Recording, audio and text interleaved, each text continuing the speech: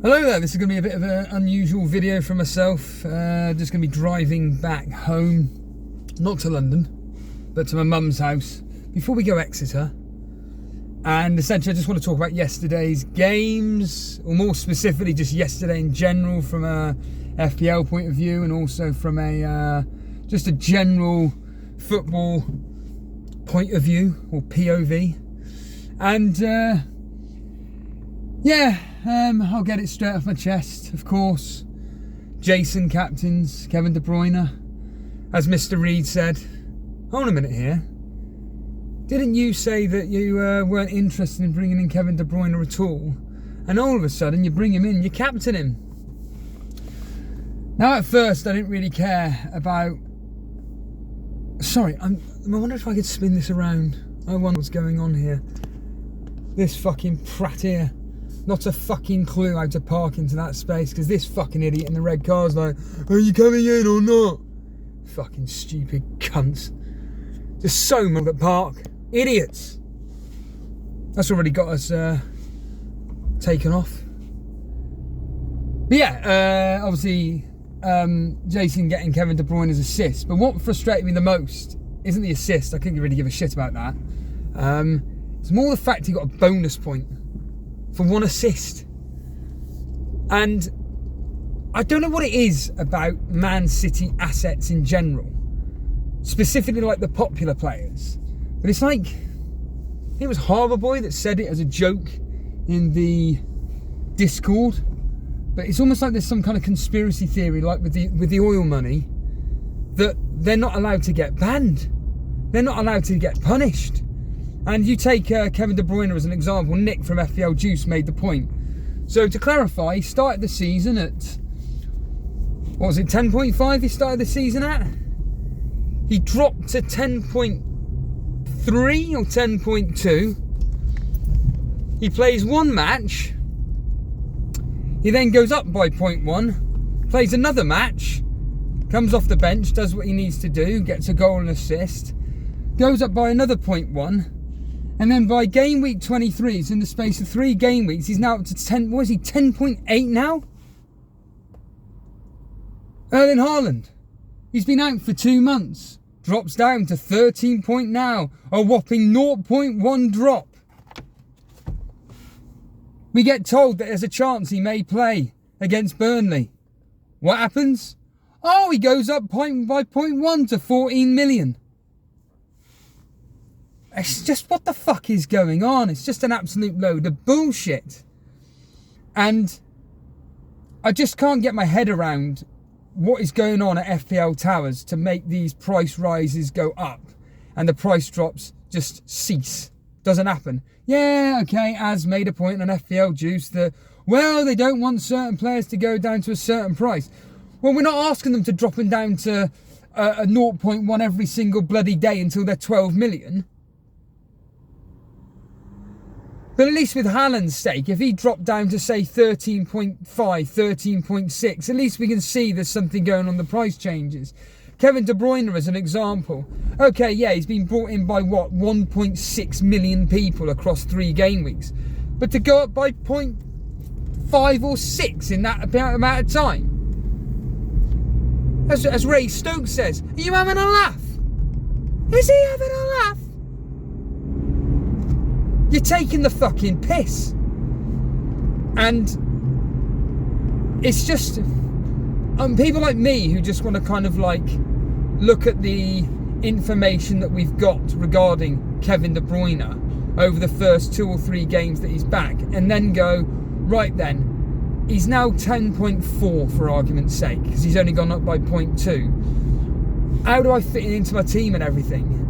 Now it's just, can't get him in, so you got to get rid of another big asset to bring him in, and I don't know. I just don't particularly like that aspect of this particular game, and I think there's certain murmurings around certain individuals that are getting sick to death of FPL in general. I think the quote that comes out a lot, which I agree with, is it's non-rewarding. It's not. For the simple basic example would be, well, you don't win anything in the game.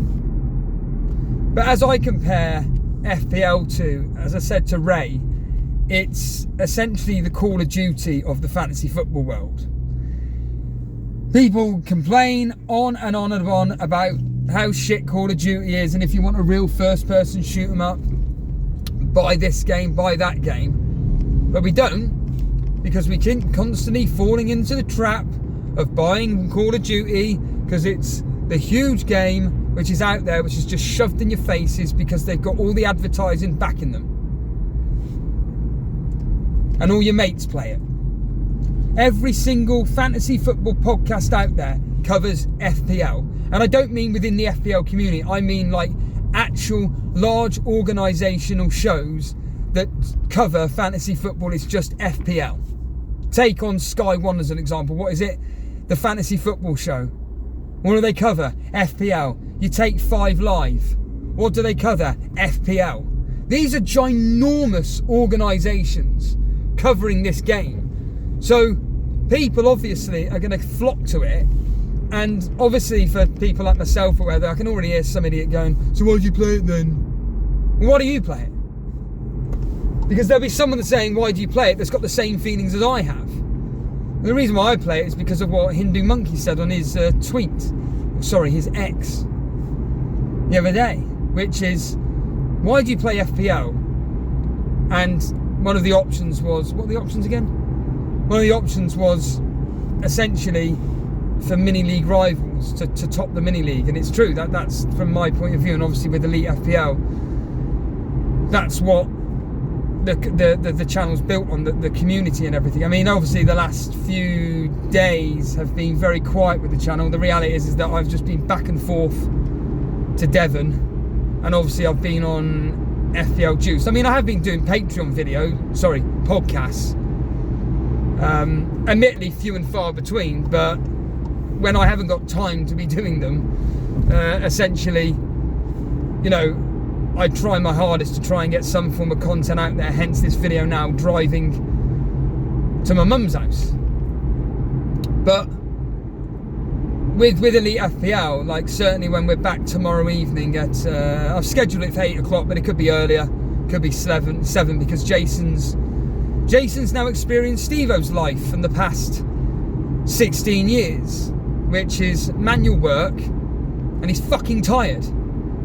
And he openly has spoken about the fact that he's going to find it very difficult to adjust to having to actually be outside and actually interacting with people and doing physical work.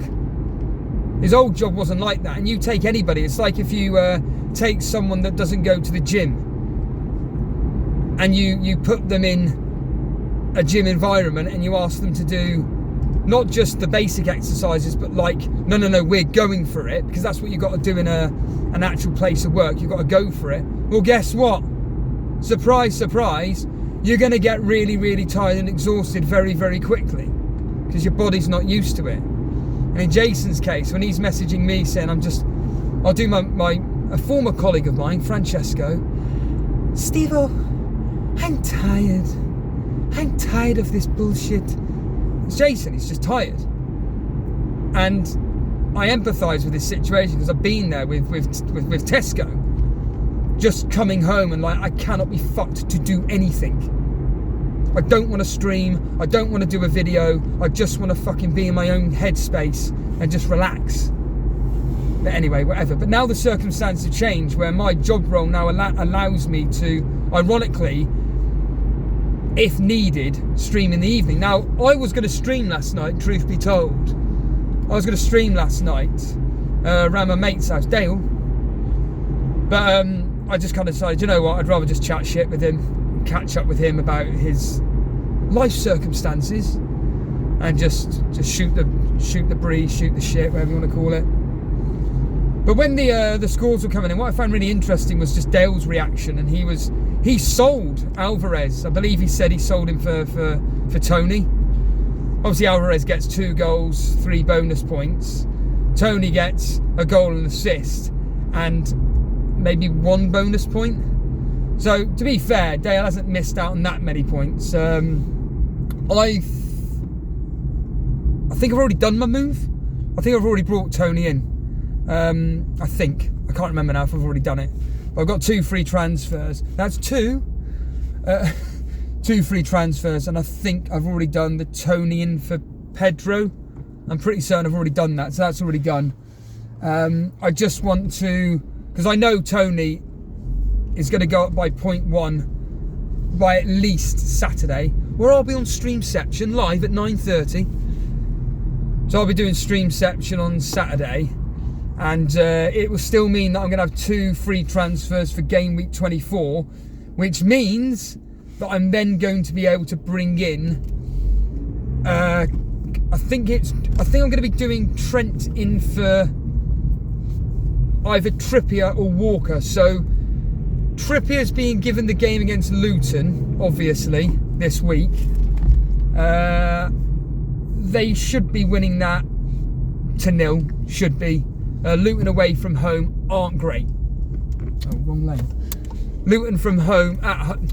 Luton away from home aren't that great, but ironically, they're still not getting battered by teams. As I keep saying, there's always a goal in it with Luton. So I'm expecting like 1-0, 2-1, something like that against Newcastle. I saw there was some talk from Si about getting in Anthony Gordon. There was a thought process in my head where to do it on a -8, but I don't need to do this.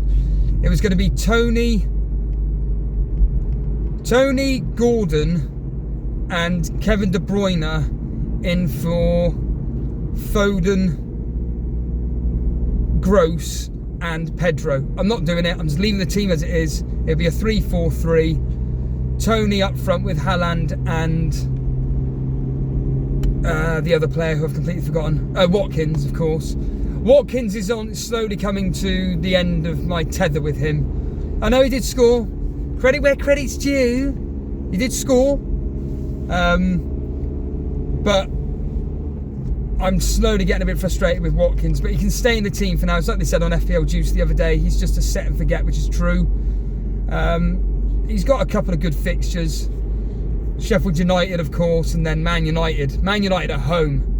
That's the key one that I'm targeting. I think it could be a good differential. Maybe even a captaincy. But certainly from my standpoint, I've done the transfer for Tony in. I'm pretty certain he's going to go up by 0.1 either tonight or tomorrow. And because Trent is probably going to be playing against Arsenal, I mean, last night, for Chelsea to score that one fucking goal, that kind of hurt, because I had Alisson in goal and I thought, let's just get that clean sheet, just get the 6 points done, because Alisson's a nice differential for me, but unfortunately not. I mean, even in Jason's got 4 players left to play still. He's got Areola, Bowen, Solanke and Cunha tonight. So unfortunately I'm sadly expecting, because I always say this about when I do my fantasy football bets, I always back the popular players, because as a general consensus, if most people are backing a certain player, it usually means that they're right in some way. So Bowen's probably going to come through tonight. I do expect West Ham to keep a clean sheet. I went 2-0 to West Ham. I think that is pretty much not guaranteed, but I think that's almost certainty. So Jason's going to get the Areola clean sheet as well, annoyingly.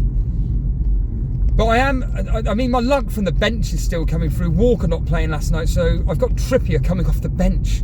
I mean, I always say this, never bench a premium team defender.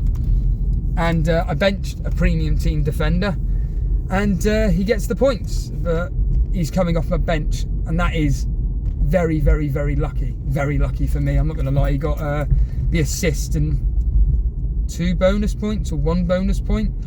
So I'm very fortunate with that. I'm going to end up, I'm all out. I've got no one playing tonight, so I'm all out. I end up with 54 points. And yeah, I'm just glad that we get the Saturday game as a quick turnover, which means that, of course, I can then be happy with the fact that, look, I then go into 2 free transfers for this following Saturday, and able to at least then go, right then, let's reevaluate my situation. Do I really need Kevin De Bruyne in my team? I mean, as it stands right now, the plan is to get Kevin De Bruyne in with Foden. I want KDB and Foden in, but it's not looking good because I was listening into Az and Yelena last night for like 20 minutes. They were live streaming. And hi, Yelena. She's not watching this. She ain't going to be watching this. But they were talking about Phil Foden not looking that great, pushed out wide. He's not that effective. And the fact that I think Kevin De Bruyne for me has, well, has he started too early for me? I don't know. I don't know the answer to that. But what I will say is that I was surprised that he did start. I thought that Pep would be still trying to give him some more time to adjust. But it's like Mo said on FPL Juice, at the end of the day, look, this guy is needing to start games to really have an impact on when it comes to like the big matches against the likes of Man United, Chelsea, Liverpool, Aston Villa, and all the other games. So I really want to be jumping on Kevin De Bruyne. In fact, truth be told, my captaincy this week for game week 23 is very, very difficult to call. I mean, I've got it on Palmer at the moment because I do expect Chelsea to have a bit of fun against Wolves. Like I said, I always pride myself on my predictions. I did get the Liverpool result. I did say on the show the other day that I am expecting Liverpool to batter Chelsea. They did. I did expect them to keep a clean sheet though, but whatever. And certainly the game against Wolves I do expect, because Wolves are terrible away from home, and I think that they'll play into Chelsea's hands. So I expect Chelsea to come out on top there, scoring maybe 3 or 4 goals. And Palmer at home is a different animal as well. So Palmer could be a shrewd captaincy. If I had Kevin De Bruyne, I would seriously consider captaining him. Haaland, I don't know. I don't know if Haaland starts or not versus Brentford. I'm wondering if Pep is going to do what he did with Kevin De Bruyne, ease him in a couple of games and then bring him back for the big one. Not against Bournemouth, but against Copenhagen. Copenhagen. What is that off? I'm trying to think when that's off. Copenhagen is off something. I can't think. It doesn't really matter. But yeah, Kevin De Bruyne is a bit of a nail in my side, as they say. Is that really a saying, Steve-O? Have you heard the old saying? Oh, yeah. Yeah, so frustrating as, of course. What's the chance of that happening? Yeah, of course, with Kevin De Bruyne, probably going to be starting against... He's definitely going to be starting now every game, but he's not going to be getting the full 60 minutes and stuff, and that's just completely put me off, so I'm going to end this video right now. So, yeah, make sure you tune in tomorrow evening, where me and Jason are going to be doing the Game Week 23 preview. Yeah, and also I'm going to be on FPL Juice on Saturday morning, but make sure you're tuning in to us tomorrow.